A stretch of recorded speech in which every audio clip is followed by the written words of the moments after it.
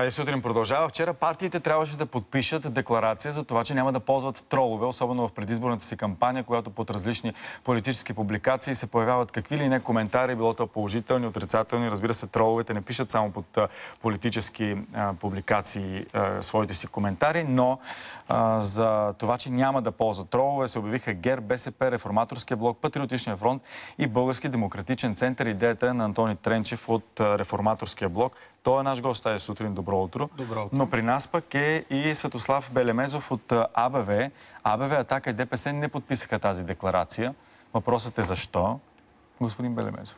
Най-напред добро утро на вас и на вашите зрители. Не подписаха некоректно поставя въпрос. Ние смятаме, че има достатъчна доза резонност в една такава декларация, тъй като това е един своеобразен хибрид, своеобразна симбиоза между това. Какво е общественото мнение по този въпрос и какво е политическото такова? Общественото мнение на този етап е изключително встрани от това, което се случва на политическо ниво. Политическите партии имат интерес една такава декларация да бъде подписана с оглед на това, че в годините назад практиката на тролва не е била споделена, включително от политическите партии. Така, оттам да започнем. Вие за и против троловете ли сте и дали бяхте поканени да подпишете тази декларация или не? Категорично мога да потвърда, че ние изразихме своята позиция в интернет. Това е официалното становище на политическа партия АБВ. Кое обаче категорично от моя въпрос може да отговорите? Ние като цяло не споделяме такъв тип практики и никога не сме имали необходимостта да ползваме такъв тип практика, наречен тролване. Знаете, че политическите партии, включая и БСП, ГЕРБ, включително и Демократи за силна България, спомняте си коментари на Радан Кънев по повод на Добре, като сте против това, защо не подписахте декларацията? Ние на този етап не бяхме информирани за този тип декларация.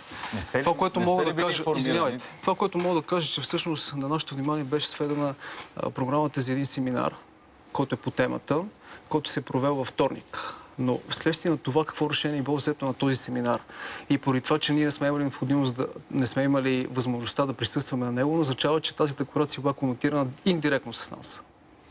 Били ли са поканени АБВ, ДПС и всички партии или е имало някаква избирателност, господин Тренчев? Категорично няма. Аз, когато правя някаква инициатива, търся възможно най-широка подкрепа. Ето, донесъл съм ви да видите и скриншот на поканите по имейл, които са изпратени до всички парламентарни. Са изпратени? До абсолютно всички парламентарни групи. Тук съм извадил за колегите от АБВ и за ДПС да видят, тъй като те твърдяха вчера, че не са поканени.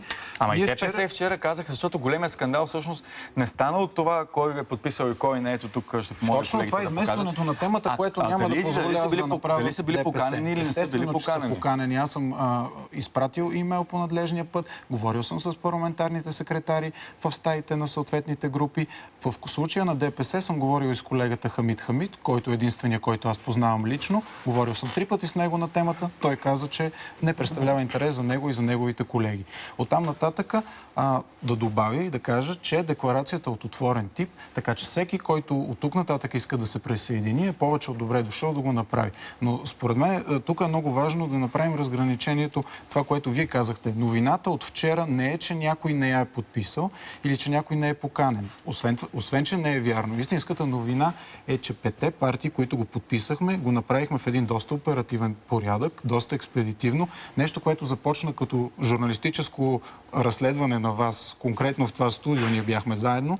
Сега, по-малко от няколко седмици по-късно, ние вече имаме разписано споразумение, в което осъждаме тази практика, ангажираме се да не го направим, да не го правим от тук нататък. Но е интересно, че в крайна сметка дори партньори в управлението излиза, че не сте се поканили. Поканени ли бяхте или не? Вижте, много категорично ще отговоря на този въпрос, тъй като въпросът ви е директно към мен. Искам да подчертая, че политическа партия АБВ и парламентарната група на АБВ съвсем смело отговорно мога да заявя, че основният фактор за коалиционното управление на държавата в момента. Тъй като ние на ниво коалиционна политика сме политическа партия, която винаги е търсила консенсус.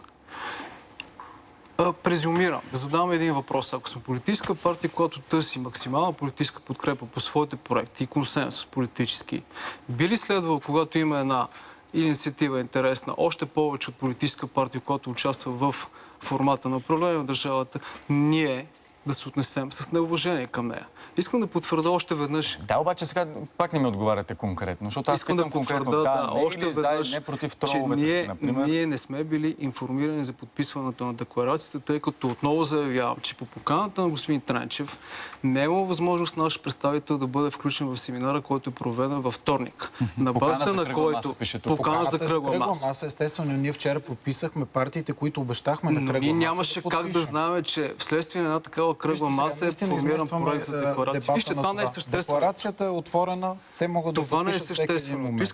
Искам да заявя, че... подписали? Разбира се. Това, което мога да кажа, и ние изгледахме с такава позиция в медиите, това, което мога да кажа, че инициативата е интересна.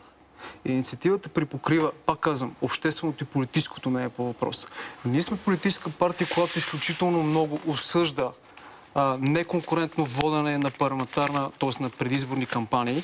И в хода на парламентарните избори 2013-2014 година ние предложихме на българското общество обществен договор за провеждане на свободни, честни и демократични избори в България. Добре, който на практика означава, че една такава тема естествено ще бъде подкрепена от нас. Явно не ви е чужда. Добре, какво от това, господин Тренчев, че сте подписали тази декларация, при условие, че в крайна сметка една кампания може да не се води директно от политическата партия, си има различни пиар агенции, които могат да използват каквито си искат приеми. Така е, в декларацията е включен и такъв вид кампании, от които ние осъждаме и се отказваме да правим. И правим още една стъпка напред и приканваме българските медии, българското общество да следят за нарушение на това споразумение. Извинете. Също така много важно е посланието, което излезе от медиите и от сайтовете, които имат активен форумен живот на кръглата маса. Това е много важно. Те се застъпиха за саморегулация. Ще кажете какво ще донесе тази декларация. Тя е първата стъпка. Това, което ние показваме на медиите и на обществото. Ние се отричаме от тази практика, правим първата стъпка. От тук нататък трябва и вие да ни помогнете. Само, че ако троловете са платените хора, които стоят зад анонимни профили и анонимно се изказват в социалните мрежи. Какво се случва с организациите на партиите, било то и младежките движения? Разследването на Мария Цънцарова преди време показва точно това, че младежките структури са увлечени в това нещо. Веднага ви отговарям.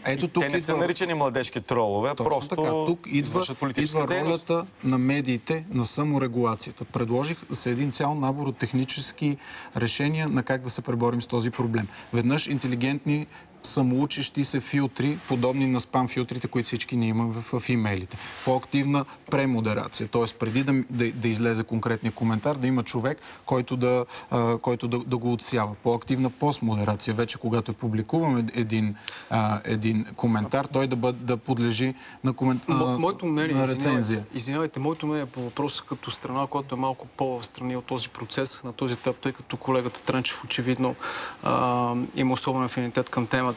Моето политическо мнение е, че ние имаме възможност да регулираме този процес. Най-напред това е форма, чрез която някой изразява своето мнение. И ние не трябва да повлияваме негативно там. Трябва да даваме възможност на всеки един български гражданин, независимо от каква форма, отрицателно или положително, да изразява своето мнение.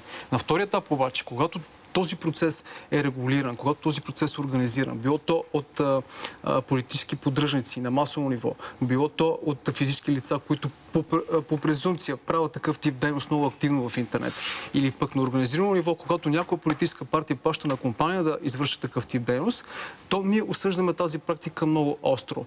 Знаете, че съвсем наскоро и в Великобритания министър на правосъдието беше въвел едно предложение, чрез което да се налагат двугодишни присъди на хора, които използват такъв тип практика. Това е нещо повече.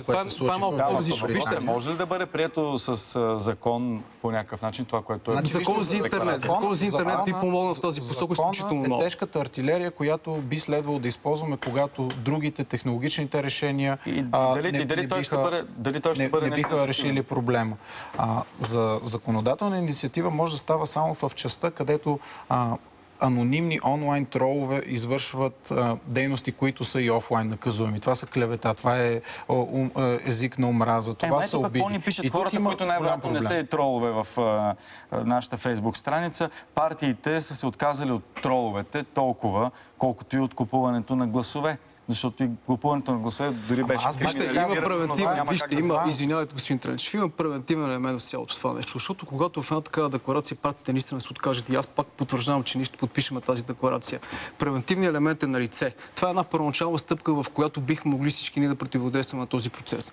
Но на второ място идва законодателната инициатива. 43-то Народно събрание, аз смятам, че е напълно в правомощие си да приеме закон за интернет, тъй като в момента съществува закон за радиото и телевизията. На втория етап, с който потвърждавам нашите думи, че ние сме проактивни в тази посока, искам да ви върна назад във времето, когато господин Румен Петков беше министър на вътрешните работи.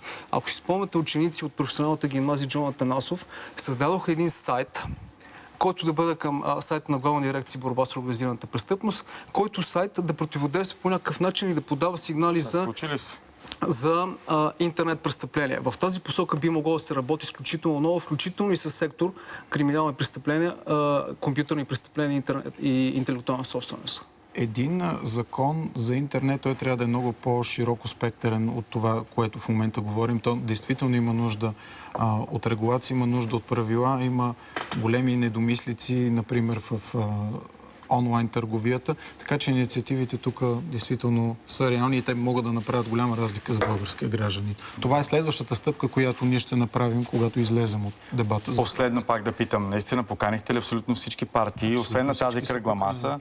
Кръглата маса е събитието, от което излезе декларацията. Всички, които бяха на кръглата маса... А всички ли бяха на кръглата маса? Всички без колегите от АБВ, Атака и ДПС. Нека да отговоря... Не си ли говорите в коалицията последно? Вижте, нека да отговоря много категорично. Пак заявявам, че ние сме политическата формация, парламентарната група, която изключително много държи на коалиционната политика и управление. Тоест, ние сме партията, която е в постоянен диалог. Това беше основен елемент и на предизборната ни кампания. Ние на обществен дебат поставихме още и в предизборната кампания много сериозни въпроси. Моето уважение към въпросите на инициатива на господин Тренчев, били сме поканени на кръглата маса. Но тъй като не е имало наш представител, нали сами разбирате, че ние няма как да знаем. Ние няма как да знаем каква декларация е предложена за обсъждане. Говорим ли това остава като основен проблем между партньорите? Не, няма проблем на този фронт. Вижте, нали разбирате, че няма директно лице, което да потвърди от нашата политическа и парламентарна група, че всъщност някой разговаря директно с него по повод на тази декларация. Мога много категорично да го потвърдя още веднъж. Ако имало такова лице, аз лично държа да знае с кого е разговаряно и ние съответно сме дали положителен и отрицателен отговор. Това пак няма такъв на дебата на темата на това, което наистина, темата е сериозна в малко по-друг фокус. Нека да не политизираме въпроса. Хич не ми се иска ДПС да успеят в това, което правят. Те превърнаха новината от нещо положително, което ние сме свършили, в това, че те не са били поканени. Това наистина е недостойно. Добре, пак да кажем, партиите ГЕРБ, БСП, Реформаторски блок, Патриотичен фронт и Български демократичен център са се включили в тази декларация против използването на тролове. Антони Тренчев и Светослав Белемезов, гости на предаването. Ние продължаваме по темата с пенсиите.